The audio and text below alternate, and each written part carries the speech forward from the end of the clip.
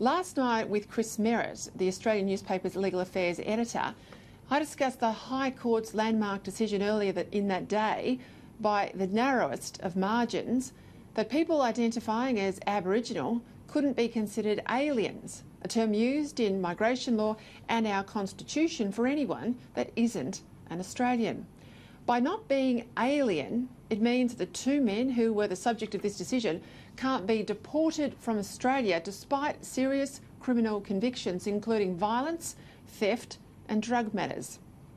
Normally, non-citizens or aliens are deported once they've served their sentence.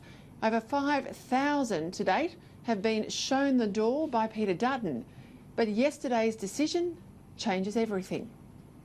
Despite their crimes, despite the fact that neither man was born here, despite the fact that neither man has ever taken up Australian citizenship, the two men subject to this court decision will remain in Australia because, and only because, they identify as Aboriginal.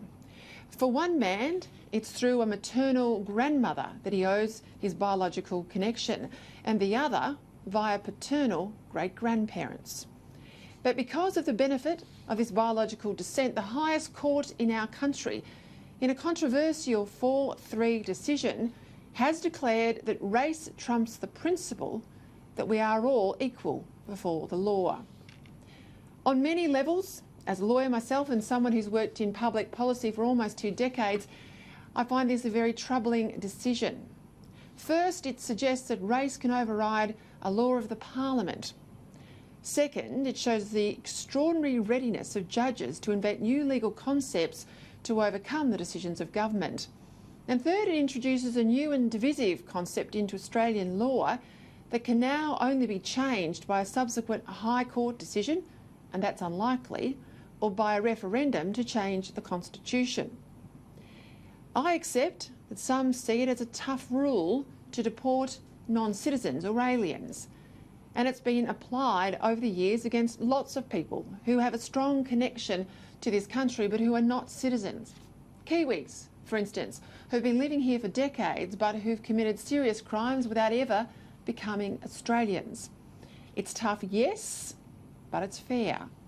Because we owe no allegiance to any foreign national who, in return for our goodwill and hospitality, breaks our laws in a serious way. Until yesterday, this law applied equally, without reference to race, to all non-Australians. But yesterday's decision now gives anyone, foreigner or locally born alike, a new claim of special status if they identify as Aboriginal. Now, I can understand the dilemma. Aboriginal Australians are the first Australians. There is a genuine connectedness with the land. Even so, the High Court majority seems to have given Aboriginal people a status that it would deny every other Australian. As Chief Justice Susan Kiefel put it in a powerful and entirely persuasive dissenting judgment, just because someone might belong to the land in a spiritual sense, that doesn't give them any belonging in the constitutional sense. In Kiefel's view, it was quite wrong of the court to seek to determine who might be an alien under the Citizenship Act. Such an approach would involve matters of values and policy, she said. It would usurp the role of the Parliament. Yet this is precisely what a majority of the High Court then went on to do. Indeed, this is the latest example of the judicial activism that holds, wrongly in my view, that judges have a better sense of what's right than democratically elected parliaments and accountable ministers. Of course, under our system, it is up to judges to interpret and apply the law. It's just that judges used to think that their duty was to do what the Parliament would have wanted had it been confronted with the facts before them in the courtroom, not routinely remake the Parliament's laws. But that's what happens more and more today. Judges remaking laws, not just interpreting them, and sentences that are so far away from community expectations. It's one of the reasons why so many ordinary Australians feel alienated from the system. It doesn't matter whom they elect, it seems. It's unelected, unaccountable officials judges and bureaucrats who are always the ones really in charge.